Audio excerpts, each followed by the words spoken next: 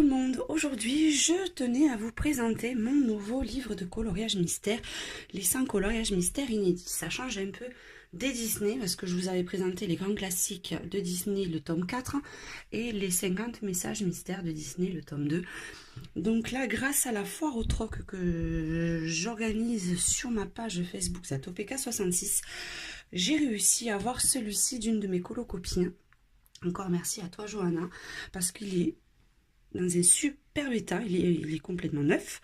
Et puis ça changeait un petit peu du Disney, je voulais voir ce que ça donne, parce que bon, de toute façon le papier Hachette, j'adore. Et là, c'est un petit peu différent. Je vais vous montrer vite fait, pour celles qui ne veulent pas le voir, fermez les yeux pendant 2 petites secondes. À la fin, vous avez bien sûr les solutions. Donc vous avez des scènes de vie, des paysages, des personnages. C'est assez varié. Donc on va bien voir ce que ça donne. Je vous ferai peut-être bientôt une vidéo parce que en fait maintenant je l'ai fait un peu différemment, surtout pour les Disney. Là certains, il y a le fond noir, donc je vais pouvoir le faire. Maintenant pour moi ça me va mieux. Je fais d'abord la partie noire, donc le contour en noir, et après je colorise à l'intérieur. Donc soit au feutre, mais j'ai encore un peu de mal avec les feutres parce que je trouve qu'on va encore trop lettrer avec mes feutres. Je n'ai pas énormément, j'ai juste les Stabilo Pen 68 en plus qui commencent à être un petit peu en fin de vie. Et ensuite j'ai 4 ou 5 Faber-Castell Pit Artist. Donc là ces temps-ci je les fais essentiellement au Prismacolor. Et contrairement à un coloriage standard, en fait là, vraiment pour pas qu'on voit que les numéros apparaissent, il y a trop de traces, je passe très très fort, donc les crayons s'usent assez vite malheureusement. Mais le rendu après quand même est beaucoup plus joli.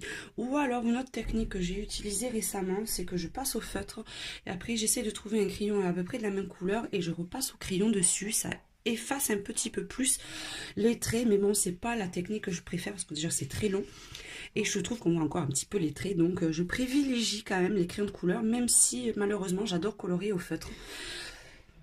C'est extrêmement dommage étant donné que c'est du recto verso qu'on ne puisse pas utiliser les feutres à alcool, parce que le problème des traits ne se poserait même plus.